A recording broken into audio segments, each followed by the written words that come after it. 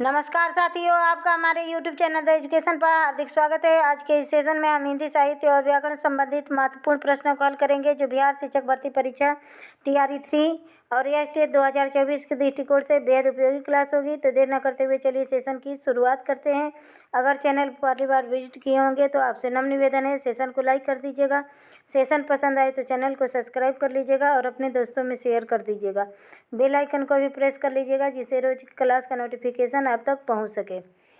पहला प्रश्न है, हल्दी घाटी वीर रस प्रधान प्रबंध काव्य के रचनाकार कौन है? तो श्याम नारायण पांडे हैं। इसमें कई सारा प्रश्न छुपा है कि हल्दी घाटी कैसा काव्य है, तो यह एक प्रबंध काव्य है। दे देगा महाकाव्य है कि खंड काव्य है कि प्रबंध काव्य है कि मुक्तक काव्य है।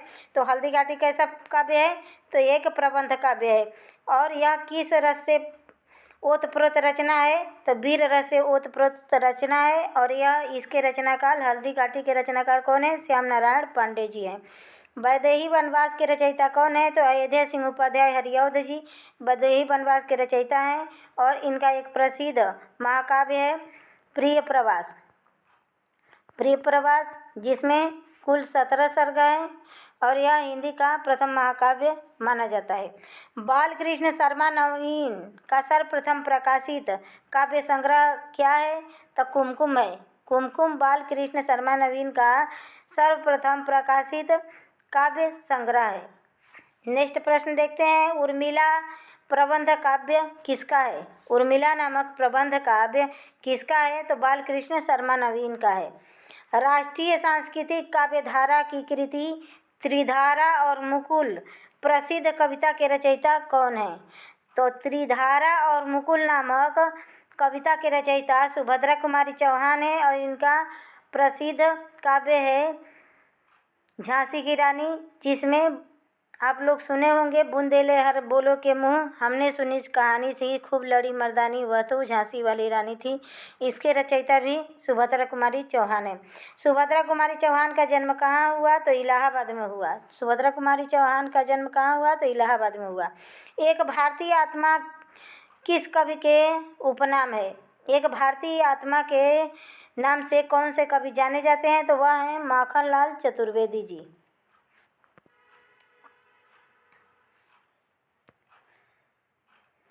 क्वेश्चन नंबर 8 है, माखनलाल चतुर्वेदी का अंतिम रचना क्या है? तो माखनलाल चतुर्वेदी का अंतिम रचना धूम्रवलय है। धूम्रवलय है। पुष्प की अभिलाषा किस कविता प्रसिद्ध कविता है? किसकी प्रसिद्ध कविता है? पुष्प की अभिलाषा किसकी रहेगा? किसकी प्रसिद्ध कविता है? तो वह माखनलाल चतुर्वेदी का है। छायावाद के ठीक है तीज पर आए कवि। छायावाद के ठीक पीठ पर आए कवि कौन है? तो वह है रामधारी सिंह दिनकर। अधैर्य का कवि कहा जाता है। छायावाद के आता है, छायावाद के ठीक पीठ पर आए कवि कौन है? पीठ पर मतलब सीधे उनके पीछे, छायावाद के पीछे। तो छायावाद के पीठ पर आए कवि कौन है? रामधारी सिंह दिनकर हैं। और अधैर्य का कवि किसे कहा जाता है? तो रामधारी सिंह दिनकर को कहा जाता है। क्वेश्चन नंबर 12 है, दिनकर की किस कृति को आधुनिक युग की गीता कहा जाता है? तो दिनकर की कुरुक्षेत्र नामक रचना को आधुनिक युग की गीता कहा जाता है। हारे को हरिनाम शीर्षक काव्य संग्रह के रचनाकार कौन है? तो हारे को हरिनाम शीर्षक से काव्य ग्रंथ की रचना रामधारी सिंह दिनकर ने किया था। दिनकर की प्रथम काव्य रचना कौन है? तो दिनकर की प्रथम काव्य रचना रेणुका है। रेणुका रामधारी सिंह दिनकर की प्रथम काव्य रचना है। धूप और धुआं, द्वंद्व गीत, प्रणय भंग कृतियों के रचनाकार कौन है? तो धूप और धुआं, द्वंद्व गीत, प्रणय भंग यह तीनों कृतियों के रचनाकार रामधारी सिंह दिनकर हैं। दिनकर से इतने सारे प्रश्न हैं। विजयी विश्व तिरंगा प्यारा झंडा ऊंचा रहे हमारा। कभी ना कभी आप लोग भी अपने स्कूल में गाए होंगे, विजयी विश्व तिरंगा प्यारा झंडा ऊंचा रहे हमारा के रचयिता कौन है? तो श्यामलाल गुप्ता पार्षद जी हैं। कौन है? तो श्यामलाल गुप्ता पार्षद जी हैं। नरेंद्र शर्मा का सर्वाधिक लोकप्रिय काव्य संग्रह कौन सा है? तो प्रवासी के गीत। प्रवासी के गीत नरेंद्र शर्मा का सर्वाधिक लोकप्रिय काव्य संग्रह है, जिसका प्रकाशन वर्ष 1938 ईस्वी से है। मधुशाला, मधुबाला, मधुकलश एवं निशा निमंत्रण के रचनाकार कौन है? तो इन रचनाओं के रचनाकार हरवंश राय बच्चन जी हैं।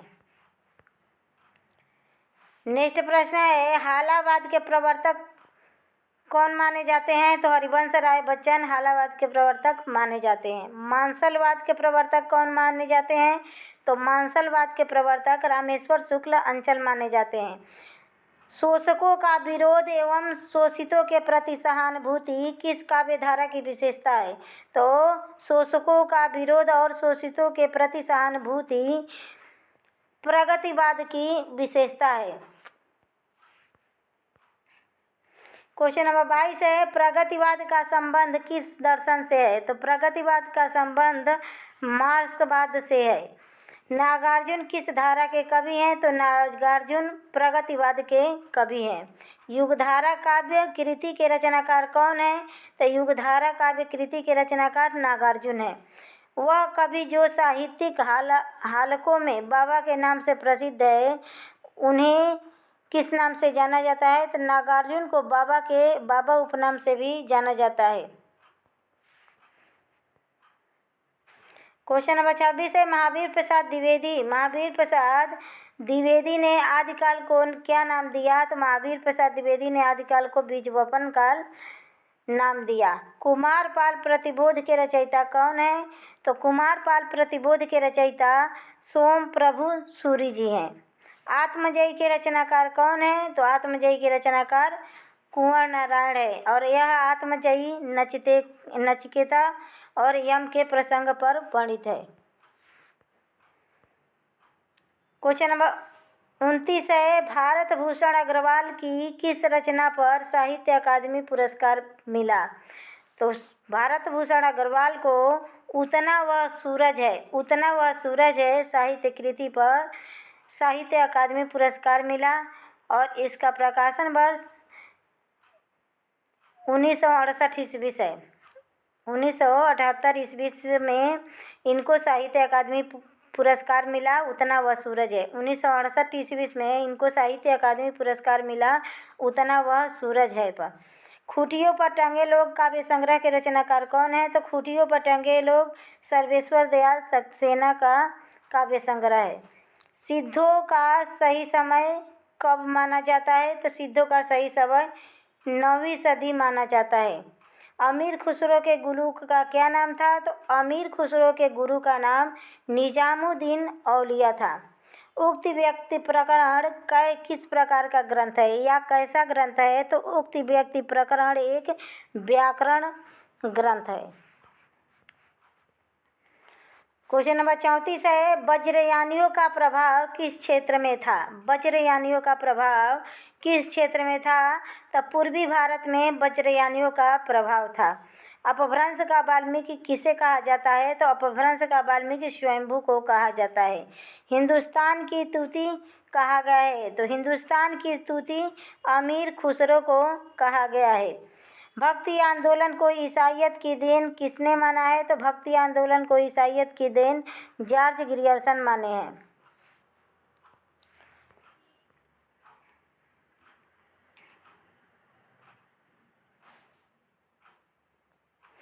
आचार्य शुक्ल ने भक्ति काल का समय निश्चित किया है, तो आचार्य शुक्ल ने भक्ति काल को 1375 से 1700 विक्रम संवत माने हैं।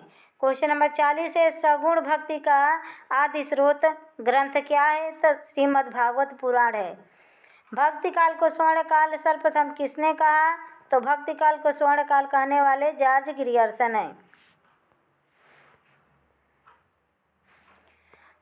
रामचंद्र शुक्ल ने सूफी काव्यधारा को क्या नाम दिया? तो रामचंद्र शुक्ल ने सूफी काव्यधारा को प्रेमाश्रयी शाखा नाम दिया।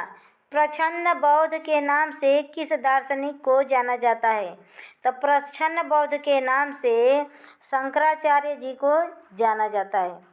द्वैतवाद के प्रवर्तक कौन है? तो द्वैतवाद के प्रवर्तक मध्वाचार्य हैं। और यहीं पे द्वैतवाद आ जाएगा। तो इसके प्रवर्तक निम्बार्काचार्य हो जाएंगे, निम्बार्काचार्य हो जाएंगे। क्वेश्चन नंबर 45 है, रामानुजाचार्य ने किस दर्शन का प्रतिपादन किया? तो रामानुजाचार्य ने विशिष्टाद्वैतवाद का प्रतिपादन किया। आलवार संतों की संख्या मानी गई है, तो आलवार संत 12 थे। मराठी संत नामदेव किस जाति से संबंध रखते थे? तो मराठी संत नामदेव एक दर्जी जाति के थे। रतन खान के रचयिता कौन है? तो रतन खान के रचयिता मलुकदास हैं। योग चिंतामणि के रचयिता कौन है? तो योग चिंतामणि के रचयिता रामानंद हैं। क्वेश्चन नंबर 50 है, गुरु नानक की वाणियों का संग्रह है। तो गुरु ग्रंथ साहिब में गुरु नानक के वाणियों का संग्रह किया गया है। बीजक के संकलनकर्ता कौन है? तो बीजक के संकलनकर्ता कबीर हैं। और यहीं पे लगा लीजिए, कई सारे कंपटीशन एग्जाम में पूछा गया सवाल है। कबीर का अहिंसावाद संप्रदाय की देन है। पर कबीर की अहिंसावाद किस संप्रदाय की देन है? तो वैष्णव संप्रदाय की देन है। भरत मुनि और दंडी ने काव्य गुणों की संख्या कितनी मानी है? तो भरत तथा दंडी ने काव्य गुणों की संख्या 10 मानी है। 10 काव्य गुण और 10 काव्य दोष। 10 काव्य दोष माने हैं और 10 काव्य गुण माने हैं।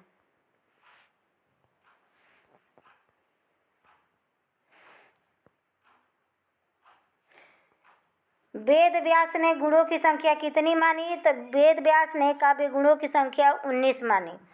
भोजराज ने गुणों की संख्या कितनी मानी? तो भोजराज कुल 24 गुण मानते हैं। और आचार्य वामन ने काव्य गुणों की संख्या कितने माने? तो 20 माने। ब से वामन, ब से 20 काव्य गुण माने हैं आचार्य वामन। मम्मट, भामह, जगन्नाथ, विश्वनाथ ने गुणों की संख्या कितना माना है? तो इतने लोगों ने सिर्फ 3 गुणों को माना है, प्रसाद गुण, माधुर्य गुण।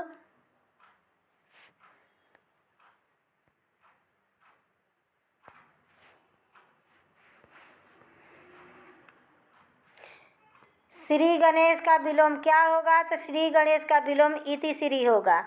शब्द शक्तियाँ कितने प्रकार की होती है? तो शब्द शक्तियाँ 3 प्रकार की होती है, अविधा, लक्षणा और व्यंजना। अविधा, लक्षणा और व्यंजना 3 प्रकार की शब्द शक्ति होती है। उत्तरीय शब्द का अर्थ है, तो उत्तरीय शब्द का अर्थ है कमर से ऊपर पहना जाने वाले वस्त्र को क्या कहते हैं? उत्तरीय शब्द कहते हैं। और यह यहाँ से व्याकरण के प्रश्न शामिल हो गए हैं। 50 प्रश्न हमने साहित्य की किए और 50 प्रश्न यहाँ से व्याकरण के हैं।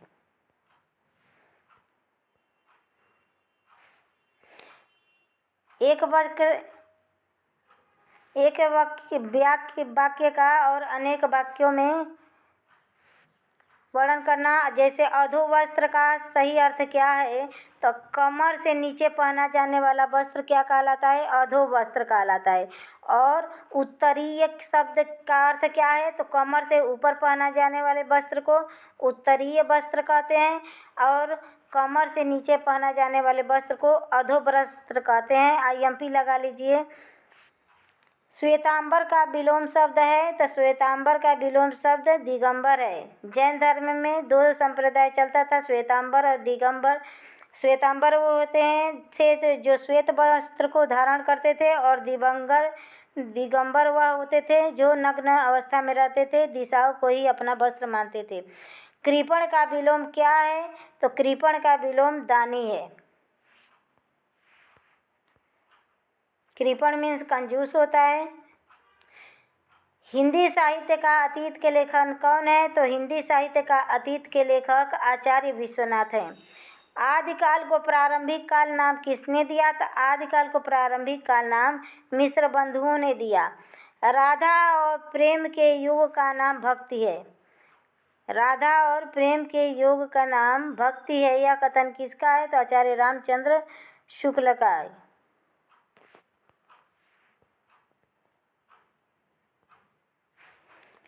श्री पर्वत का संबंध किस यान से रहा? तो श्री पर्वत का संबंध वज्रयानियों से रहा। शब्दानुशासन के ग्रंथ के रचयिता कौन है? तो शब्दानुशासन नामक ग्रंथ हेमचंद्र जी द्वारा लिखा है। कुमारपाल चरित्र, योग शास्त्र, देसी नाममाला के रचनाकार कौन है? तो हेमचंद्र हैं। देखिए, शब्दानुशासन, कुमारपाल चरित्र, योग शास्त्र और देसी नाममाला, इतने रचनाकारों के रचनाकार कौन है? तो हेमचंद्र हैं। हिंदी काव्य धारा 1944 ईस्वी इस ग्रंथ के रचनाकार कौन है? तो हिंदी काव्य धारा, जिसका प्रकाशन वर्ष 1944 है, इस ग्रंथ के रचयिता राहुल सांस्कृत्यायन है। राजस्थानी भाषा और साहित्य के लेखक कौन है? तो राजस्थानी भाषा और साहित्य के लेखक मोतीलाल मेनारिया हैं। क्या है? तो मोतीलाल मेनारिया हैं। हिंदी साहित्य विमर्श के रचनाकार कौन है? तो हिंदी साहित्य विमर्श के रचनाकार पद्मलाल पूनालाल बख्शी जी हैं और इसका प्रकाशन वर्ष 1923 ईस्वी से है।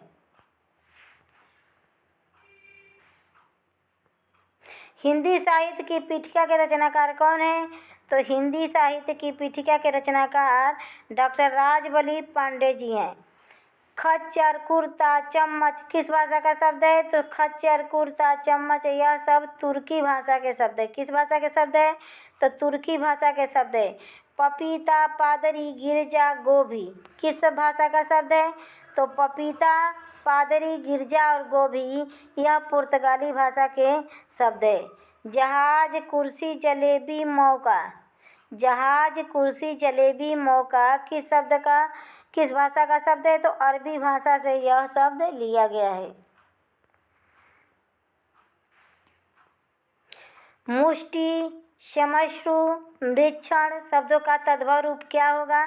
तो मुष्टि का मूठ होगा, श्मश्रु का मूछ होगा और मृक्षण का मांगना होगा।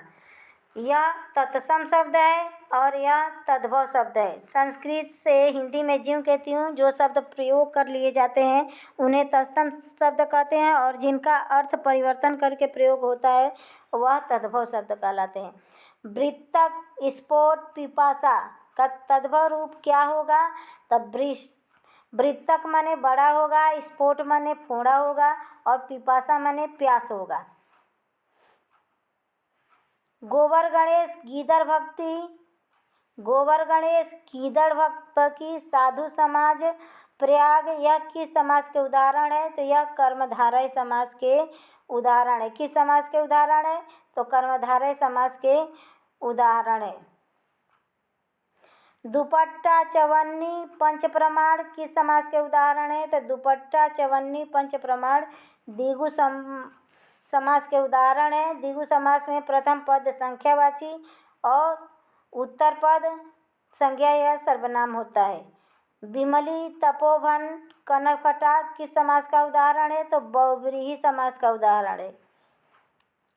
करवास राय, करवांश राय, शाहजादह और पनचक्की शब्दों में समास है तो तत्पुरुष समास है। शाहजादह, करवासराय और पनचक्की में तत्पुरुष समास है।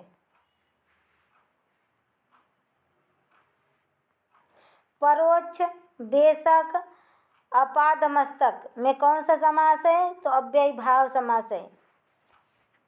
भारतेंदु युग का निर्धारण 1869 से 1888 वर्तमान काल का नाम किसने दिया? तो मिश्र बंधुओं ने दिया। किसने दिया? तो मिश्र बंधुओं ने।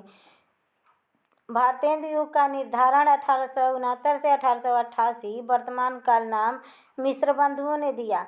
भारतेंदु युग को नई धारा का प्रथम उत्थान का काल किसने कहा? भारतेंदु युग को नई धारा का प्रथम उत्थान का काल किसने कहा? तो आचार्य रामचंद्र शुक्ल ने कहा।